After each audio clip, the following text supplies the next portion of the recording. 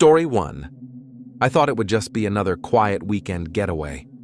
Sarah and I wanted to escape the noise of the city, so when I found that little lake deep in the forest online, it felt perfect. Just the two of us, fishing in a place no one else went to.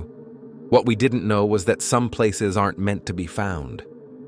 The drive getting there was long and winding, the road disappearing into a thick wall of trees. When we finally arrived, the lake looked untouched, almost too perfect. Its surface was as smooth as glass, not a single ripple disturbing it.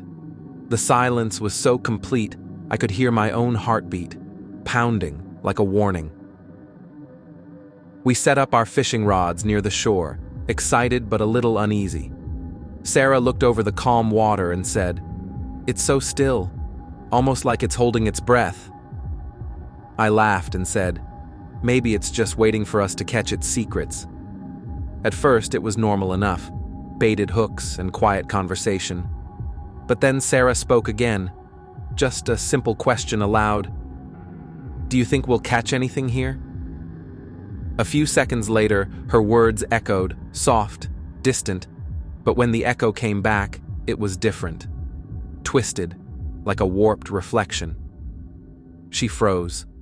"I heard that," she said, voice trembling. Then it happened again. When she spoke, the lake answered. I heard my own voice in the distance, but it wasn't quite me. It was slow and rough, like it was dragging out the words, mocking us. The sun dipped lower, but the whispers didn't stop. If anything, they grew clearer. First, they mimicked what we said earlier, our petty arguments and silly jokes. But then it started saying things we hadn't spoken, things we only thought, secrets about Sarah's fears and my regrets. I could feel my skin crawl. "What is that?" Sarah whispered, clutching my arm. "It's like the lake knows us, like it's reading our minds." Trying to break the tension, I joked, "Maybe it's just a weird trick of the forest." But even I didn't believe it. The whispers became voices, claiming things they shouldn't know. "You don't trust him. You're afraid she can't forgive you." The air grew colder. We packed up in a hurry, wanting to leave, but when I reached for the car keys, they were gone. My hand closed around something wet and cold on the driver's seat. A fishing hook. Not just any hook, but one slick with clear water drops, like it had just been pulled from the lake. I looked up at Sarah, whose face was pale. "The keys," I said, voice barely a whisper. We searched the car and the area, panic rising. No keys, no footprints leading away. The woods were still, but the lake continued its haunting echo. Whenever Sarah spoke, the lake answered her, not with her words anymore, but with cruel, twisted lines that made my blood run cold. The forest felt like catching its breath around us, the trees closing in tighter. Every step away felt like a trap drawing us back. The haunting whispers turned sinister, mocking us with everything we tried to hide inside. I knew then the lake wasn't natural. It wasn't water at all, but something dark, something alive with all our fears and secrets. Outside the circle of the lakeside, silence fell, but behind us, the haunting voices followed, sharpening. They repeated a phrase again and again. "You belong here now." The lake was no longer just a place. It was a prison. We didn't sleep. We huddled by the car, listening to the distorted echoes crawl into our minds. And then, just before dawn, a shadow moved beneath the water, a flicker of something alive, watching. The fishing hook on the seat seemed to pulse with a life of its own, glinting as the first light touched it. When morning broke, we left the forest in silence, driving fast without looking back. But the feeling stayed with us, an emptiness in our chests, and the cold memory of the lake's whispers echoing in our minds. And sometimes, late at night, when the house is quiet, I hear her voice again, but not the Sarah I know, the lake's twisted mimic. No one else should ever find that lake. It listens, it learns, and it never lets go. Story 2. We were supposed to have a fun family trip, a few days in the woods, away from the noise of the city. My wife Lisa, my two teens, Emily and Jack, and I rented an old cabin by a creek that was well known for its trout fishing. The locals in town had warned us, told us not to fish after sundown, said it was bad luck, superstition, but I shrugged it off. I'm a practical man, and fishing was one of my favorite pastimes. I told them, "It's just local stories, don't worry, we'll have a great time." The first day was peaceful. The creek was beautiful, the water clear and cold, and our lines caught plenty of trout. The kids were thrilled, pulling in fish after fish. Lisa laughed and took pictures, the sun shining bright above the towering trees. But every so often, I'd catch something that felt off, a fish that looked bloated and sickly, with odd teeth that glinted strangely in the sun. I mentioned it, but no one seemed too concerned. By evening, the forest grew darker faster than I expected. The sun dipped below the horizon, casting long shadows over the creek. Lisa insisted we head back to the cabin soon. However, I wanted just one more catch before we called it a day. I cast my line into the cold water, feeling the tug of the current. Suddenly, my fishing rod lurched violently, as if something huge was on the other end, pulling with all its might. Emily and Jack rushed over, eyes wide. "Dad, that's big," Emily whispered. I strained with all my strength to reel it in, and when the fish broke the surface, I nearly dropped the rod. It was grotesque, bloated beyond reason, its mouth open, revealing rows of jagged, almost human-like teeth. Then suddenly, I swear, I heard a faint whisper coming from its gills, a soft, chilling sound, like a voice trapped beneath the water. Lisa looked pale. "Dad, put it back!" I was too stunned, but slowly I lowered the fish back into the creek. The water swallowed it whole, and silence returned, except for the rustling leaves and distant owl hoots. We packed up quietly, tension hanging thick in the air. Later that night, when the campfire burned low and the kids had gone to sleep, I felt a sharp sting on my arm. I looked down and saw a long scratch, bleeding but not deep. Worse, next to the wound, a strange scale, small, shiny, and greenish, had appeared on my skin. I touched it, and it was cold and slick, unlike anything I'd seen before. I didn't tell anyone immediately. I wanted to believe it was just a weird rash or bug bite. But over the next hours, the scale spread, growing larger and changing. The skin around it darkened and thickened. I tried to wash it off, but it clung there stubbornly. The next morning, Emily screamed from the creek's edge. We rushed over and saw more of those strange fish swimming near the shore. They were bloated and gliding unnaturally through the water, their heads turning as if watching us. Their teeth flashed menacingly, and from the water came soft whispers again, almost like voices calling our names. Lisa began to worry, urging me to take her and the kids back immediately. But I felt trapped. Something about the creek held me, my arm itching and burning beneath the new scales that had appeared overnight. When I looked in the cabin mirror, I could barely recognize myself. The strange marks were spreading fast, like I was becoming something else. That afternoon, I sat quietly at the water's edge, watching the creek ripple. Then, out of the shadows, a figure emerged, a man with eyes like black holes, his skin wet and slick like the fish.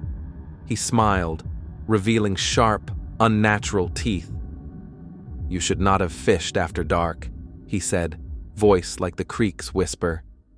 "Now you belong to the water." Panic surged through me. I tried to stand, but my legs felt heavy, like roots grew from my feet into the earth. Lisa screamed for me to fight it, but it was no use. The creature reached out, touching my arm. The pain was unbearable. Emily and Jack grabbed Lisa's hands and pulled her away, running back to the cabin with tears streaming down their faces. I called after them, trying to warn them to leave before it was too late, but the words caught in my throat. In the days that followed, I was a prisoner of the creek. My skin hardened with scales, my teeth lengthened into sharp points. I could hear the water calling my name, promising freedom in its cold depths. The family left the cabin the next morning, fleeing the cursed creek, leaving me to the darkness that now wrapped around me like a second skin. Sometimes, late at night, I hear their voices carrying across the water. Emily's laughter, Lisa's tears, Jack's frightened whispers. And the creek waits, ready to claim anyone foolish enough to ignore its warnings. If you ever find yourself fishing near a quiet creek by an old cabin, heed the locals. Don't wait for the sun to disappear. Don't cast your line in the dark. Because some waters do not forgive. Some fish are not meant to be caught. And once the water marks you, there's no going back. Story 3. I've been coming to this dock with Margaret every year since our wedding anniversary, a quiet tradition that gave us peace in the chaos of life. The wood beneath our feet was worn and creaking, but familiar, like an old friend welcoming us home. This place held a kind of magic, a refuge past the noise of the world. Or at least, that's how it always felt, until today. This year, when we arrived just as the sun dipped low, we found something unexpected waiting for us. Another couple sat at the very end of the dock, quiet and still, fishing lines swaying lazily over the water. What struck me first was that they were dressed exactly like us. Same old green jackets, similar hats, the same faded fishing gear stacked beside their folding chairs. I blinked, thinking I was mistaken, but there they were. They looked exactly like Margaret and me. I felt a shiver that wasn't from the cool evening air. Margaret grabbed my arm, her eyes wide. "Do you see them too?" I nodded, my throat dry. The other couple looked up at us just as we settled by the water, and a chill crawled down my spine. Their faces were like mirrors, our faces, but a little off, as if someone had painted versions of us and left smudges around the edges. We tried to call out a greeting, but something strange happened. When I spoke, my voice echoed in my ears half a second late, as if my words were chasing themselves in a dreadful game of catch. Our copies seemed to react the same way, their voices delayed, hollow, and warped. I reached for my fishing rod, hands trembling, when suddenly the other me let out a soft laugh and dropped his rod. I staggered back, startled, only to see the double pick it up with unnerving grace. His smile was wide, too wide, and behind his teeth I caught a glimpse of something sharp, unnatural. "Why are you here?" Margaret whispered, her voice barely audible. The other Margaret's lips moved in perfect sync with ours, but the words weren't ours. They were twisted, mocking versions of what we might say. Why refuse the water's gift when it's already flowing through you? I realized then that the dock wasn't just a place we returned to. It was a threshold, and we had crossed into something else. I tried to stand, but my legs wouldn't obey. Panic clawed at my chest as the evening air grew colder, the breeze stilled despite the rustling trees. The water beneath us shimmered oddly, reflecting impossible shapes flickering just out of full view. Our doubles stood up slowly, their movements jerky but precise. "You belong here," the other me said, voice like broken glass grinding in my ears. He took a step forward, eyes gleaming with a hungry light. Margaret clutched my arm tighter, her breath ragged. "We have memories. We have a life. We're not yours." The other couple laughed a soundless laugh, and I felt reality warp around me. Time stretched and twisted, the dock growing longer, the trees swelling toward the sky like monstrous claws. I tried to shout for help, but no sound came out, only that delayed echo, haunting and wrong. Suddenly, the other me lunged forward, his hand reaching for my fishing pole. Our hands brushed, and a shock ran through me, cold and sharp. For a moment, I saw inside him, a void filled with darkness and emptiness, hunger and endless waiting. Then I stumbled back, hearing my own voice whisper echoed threats I hadn't spoken aloud. I realized that this place didn't just steal a moment, it stole pieces of spirit, fragments of soul. As the night deepened, the other couple moved away to sit side by side. their voices overlapping ours but in a sinister tone that chilled me to the bone. Our words, our memories, our very selves seemed under assault by these twisted doppelgangers who mimicked us but spoke with all the intention of draining us dry. Margaret's hand found mine in the dark, trembling. "We have to leave," she said urgently. But as I turned toward the path leading back to the car, the dock stretched out endlessly. The forest closed in so tightly, the stars disappeared behind the shadowed branches. I felt an invisible weight pin me in place. The last thing I saw before losing focus was the other me smiling as he raised his fishing rod, ready to cast into the dark water that seemed to pulse beneath the dock, alive. When I woke up, I was on the bank of the river, the dawn painting the sky pink and gold. Margaret was beside me, but her eyes were glazed and empty, like she'd been somewhere deep, lost. I looked back at the dock. It was empty. No sign of the other couple, but the fishing rod lay broken where I had dropped it, and in the water shimmered faint ripples echoing with silent laughter. Since that day, something has never felt right. Every reflection I see feels like a shadow waiting, every stranger's smile too knowing. Sometimes at night, I hear that laughter echoing just beneath the surface of my dreams. And I wonder if those twisted versions of us are still sitting there, waiting on that dock, ready to pull us into the depths where memories fade and the night never ends. If you ever visit your special place, be sure it's truly empty. Sometimes the past, and things that look like us, are waiting to claim the present. Story 4. We thought it would be the perfect winter break, a family trip to the frozen lake surrounded by thick pine forests. I, my wife Anna, and our 2 kids, Liam and Sophie, loaded up our gear and headed out, excited for ice fishing on the vast, snowy expanse. The air was crisp and biting, and the silence of the woods felt almost too complete. The lake was a sheet of ice, thick and gleaming under the weak winter sun. We drilled our holes, set up our little shelter, and started fishing. The kids were delighted, their rosy cheeks shining as they took turns watching their lines. The quiet was peaceful, almost sacred. Around mid-afternoon, Liam suddenly stopped fishing and put his ear close to the ice. "Do you hear that?" he asked, eyes wide. "It sounds like crying." I laughed it off at first. "It's just the ice settling, kid. It makes weird noises." But Sophie joined in, pressing her ear too, her face troubled. "It's not just noises. It's like someone's under the ice. Someone's crying." I frowned and knelt down to listen. The sound was faint but unmistakable, little sobs that echoed beneath the frozen surface. My heart started pounding oddly. Could someone be trapped under all this ice? The thought sent a shiver through me. We gathered close to one of the holes. Liam shined his flashlight down into the dark water. That's when we saw it, small, pale faces forming beneath the ice, pressing against the glassy surface. Their eyes were wide and black, staring up at us without blinking.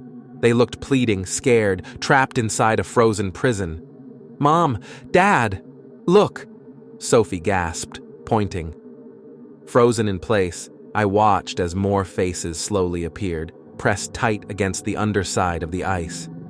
Their mouths opened slightly as if trying to scream or call for help, but no sound escaped. The sight was so surreal, so horrifying, I could hardly believe what I was seeing. Suddenly, a cracking sound split the silence. Instinctively, I stepped back, but Sophie didn't move fast enough. Before anyone could react, the ice beneath her gave way. She slipped through a dark crack and vanished beneath the frigid surface. "No! Sophie!" Anna screamed, reaching out in desperation. I lunged toward the hole, too late. The water closed over her like a hungry mouth, swallowing her whole before I could grab her arm. Panic exploded inside me. I was frozen with fear and shock. Minutes passed like hours as I stared, helpless, at the empty hole. Then something else happened, something I couldn't explain.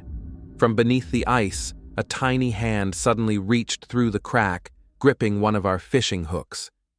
The fingers were too small and pale, the skin almost translucent, and the hand beckoned us silently, curling the hook toward the frozen surface, as if inviting us to join whatever terrible place lay beneath. The expression on Anna's face was terror itself. "We have to go. Now!" I wanted to protest, to fight and save Sophie, but my body refused to move. I felt rooted in place, my mind struggling against an invisible force pulling me toward the ice. Liam crawled away from the edge, tears running down his reddened cheeks. Sophie's gone. She's gone because of this place. That night, back in the cabin, the image of those black-eyed faces haunted me. Their silent cries surrounded my dreams, whispering from beneath ice and snow. I could feel eyes watching me, waiting beneath frozen glass to reach out again. Something had changed in me too. When I looked at the fishing hook she held beneath the ice, I felt a strange coldness spread through my hand. A promise or a curse I couldn't understand, but could never shake. We reported Sophie missing the next day, but no one could find a trace. The rescue team scoured the lake, drilled 100 holes, but the ice was silent, unyielding. Anna refuses to talk about that day. Liam clings to her, constantly scanning the snow, hoping for a sign. And me?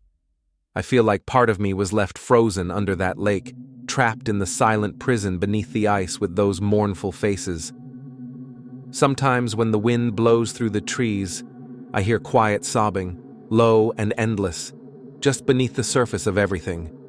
I swear Sophie's voice calls to us in the night. We can't go back to that lake. And my heart aches knowing that whatever waits beneath that frozen glass is still there, watching, waiting, for someone foolish enough to answer its silent beckon. If you ever hear crying under the ice, don't listen too closely. Don't look too hard. Don't answer the hand that reaches through the crack, holding a hook, willing you to join. Because once the ice calls, it never lets go. Story 5. We wanted a quiet weekend away. Just me and Claire, her and me, in our camper van deep in the forest. No distractions, no phones, no city noise. Just us, the trees, and the peaceful hope of some good fishing.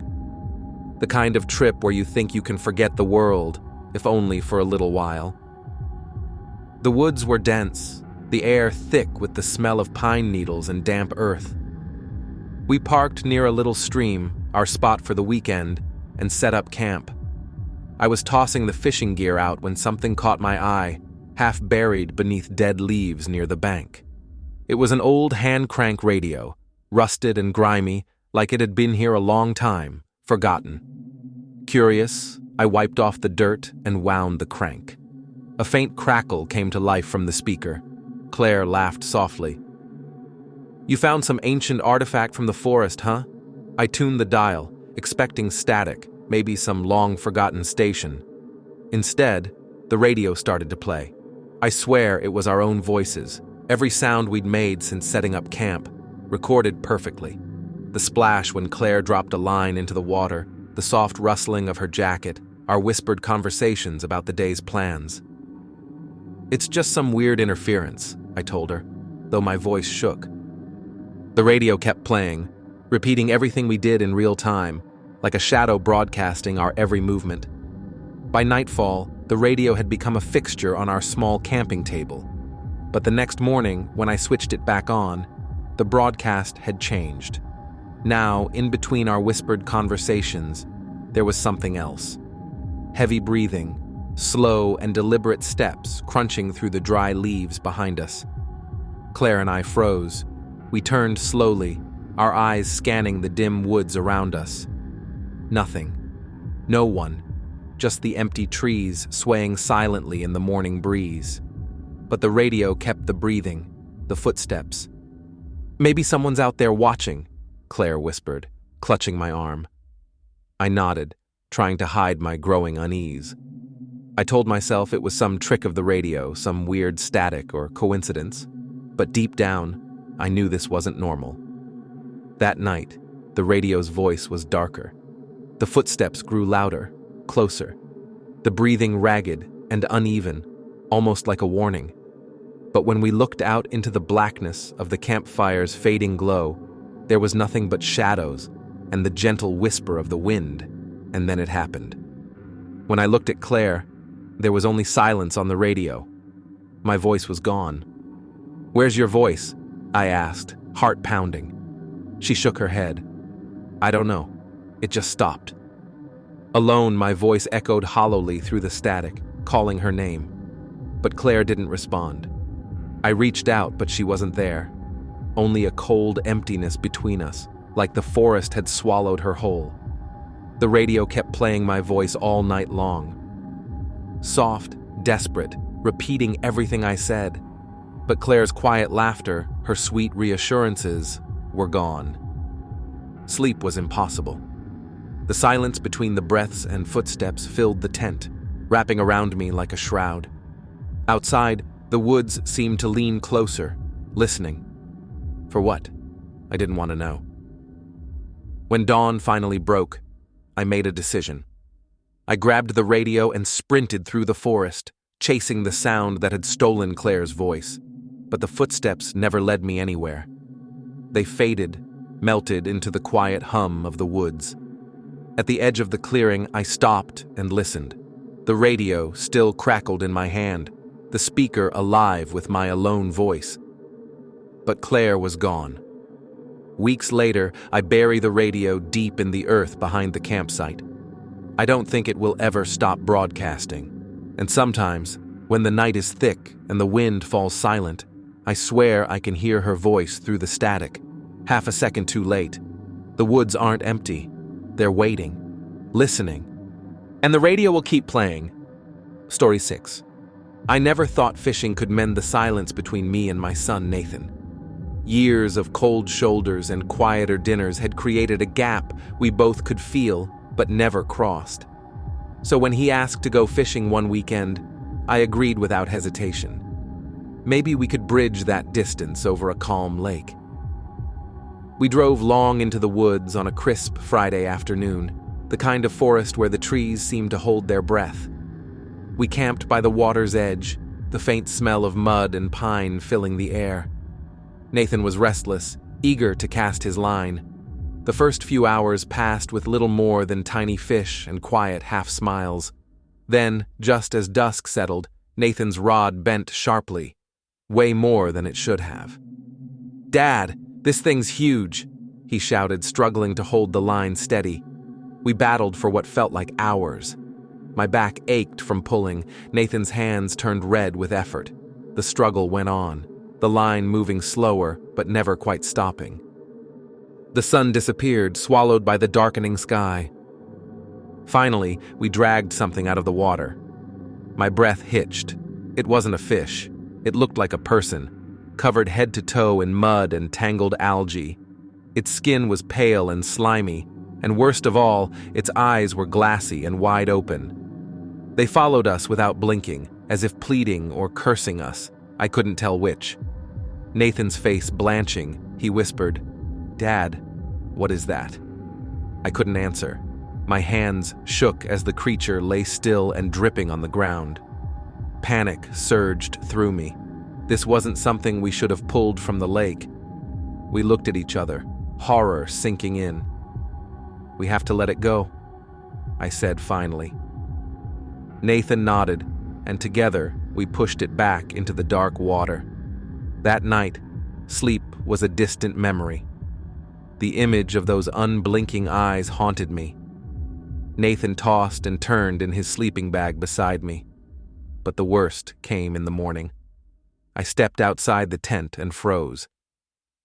There it was, lying not 10 feet from the entrance, wet, muddy, staring at me with those same glassy eyes. The hook we'd caught it on was still through its cheek. Nathan's voice cracked. "Dad, it's back." My stomach churned, but I couldn't look away. Then I saw the hook twitch slightly, like the creature was breathing, waiting. Without thinking, I grabbed a sharp knife and cut the line. As the rusty wire severed, something horrible happened. A sharp pain exploded in my mouth. Blood poured forth, warm and metallic. I staggered back, clutching my chin, only for Nathan to freeze and stare wide-eyed. I wiped my mouth, tasting copper and fear. "It bit me," I whispered. The creature's eyes glinted as it slowly faded into the shadows near the lake bank. I knew then, whatever that was, it wasn't just some lost soul. It was something else, something alive inside the water. The rest of the day, we couldn't catch anything, like the lake itself was holding its breath. Nathan kept asking if I was okay, but I didn't have answers. My mouth ached, and I could feel something crawling under my skin. Not just my wounds, but deeper. I kept catching glimpses of mud-speckled shadows near the shore. That night, the wind howled through the trees, carrying strange whispers. I wished I could blame the fear, the pain, the exhaustion. But when I looked at Nathan, his eyes too seemed different. Darker, distant, like whatever had touched me was already reaching him. Days passed, and I felt changes crawling through me. The skin on my arms thickened and grew slick, while my breath sometimes tasted like the lake water. At night, I heard the creature's voice, a low, bubbling sound, calling me back beneath the water's surface. I tried to tell Nathan we had to leave, but he just watched silently, eyes still fixed on the lake. One late evening, I woke to find him gone. Panicked, I searched the camp and the dark shoreline, calling his name. Then I heard it, the water lapping softly and the sound of limbs moving beneath. Staring into the black water, I caught sight of those glassy eyes staring back, familiar and empty. The lake never let go of what it claimed. I threw my fishing gear into the fire and scrambled back into the forest alone.